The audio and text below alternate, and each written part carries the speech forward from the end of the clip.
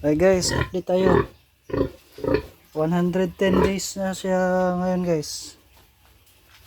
So 4 days to go na lang.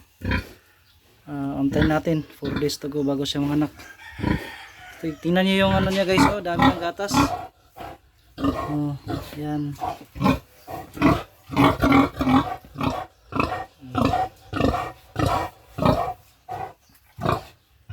Yan yung ano niya. Didi niya, dami.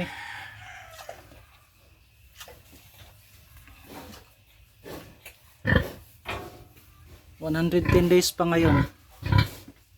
Yun yung ano niya. Ayan, dami na.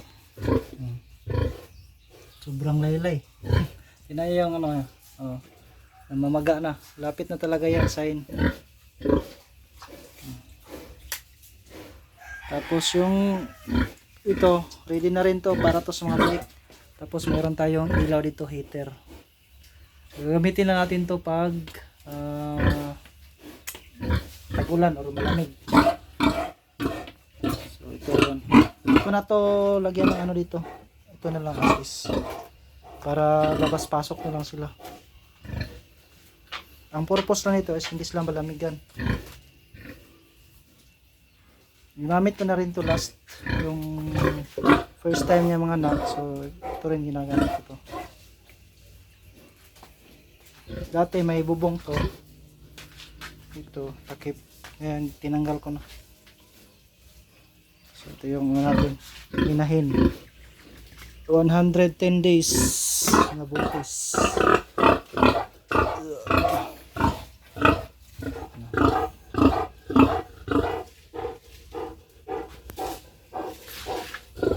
Hinihingal palagi. Kaya unlimited talaga siya sa ano, sa tubig. Ito yan mga to.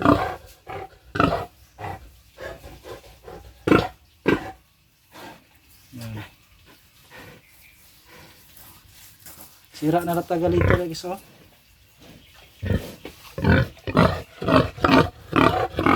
Ito na talaga niya lahat.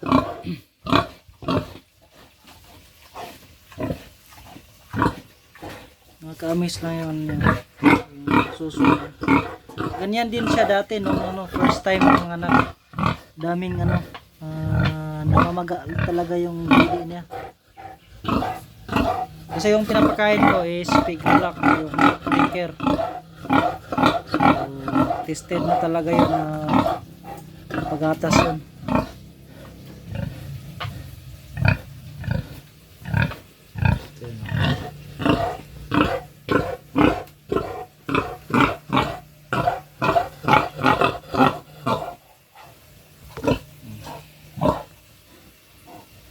Ang ano nito is 23 or 24 ang due date. Tapos yung CCTV natin dyan, ready na rin yan para mamonitor ko na lang siya kung sakaling wala ako sa bahay, nandun ako sa panalan.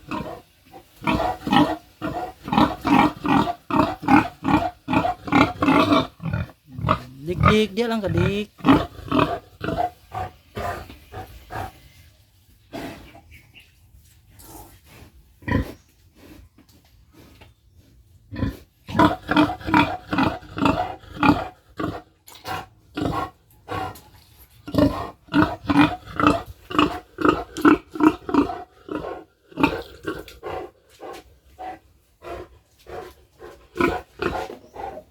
Paliguan natin to kasi hinihingal.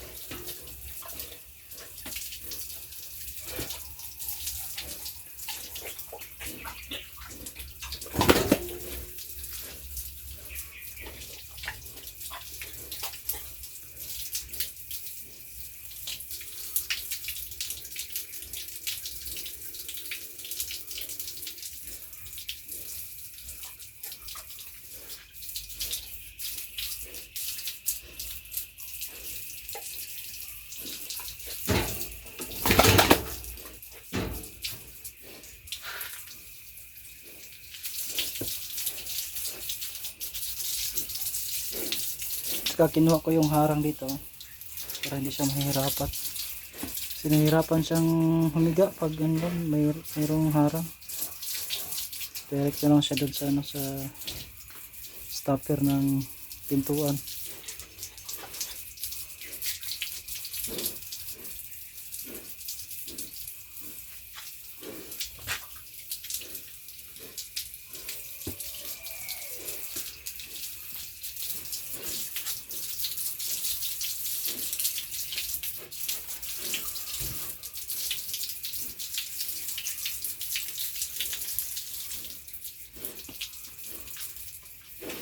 Hinihingal talaga siya pag ano, pag tanghali, lalo na ngayon, ang init, sobrang init.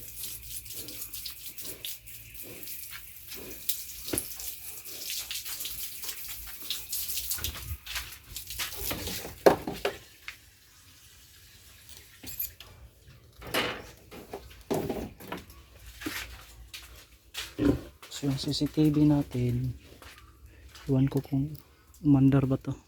Ayan, andar na.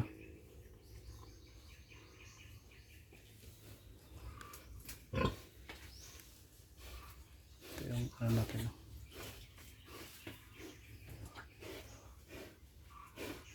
Ayan na siya doon. Tapos yung ilaw natin, pinalitan na rin natin yung ilaw. Ready na rin yung ilaw natin. Yung dalawa. Ito sira na to eh.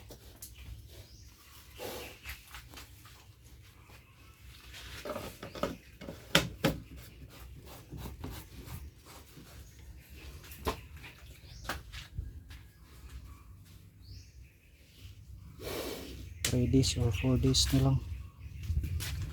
Puntahin natin.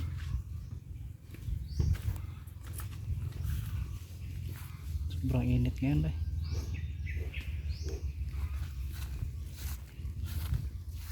Tapos nilinisan pala natin yung solar natin dyan. Oh. Yan, yung dalawang solar natin.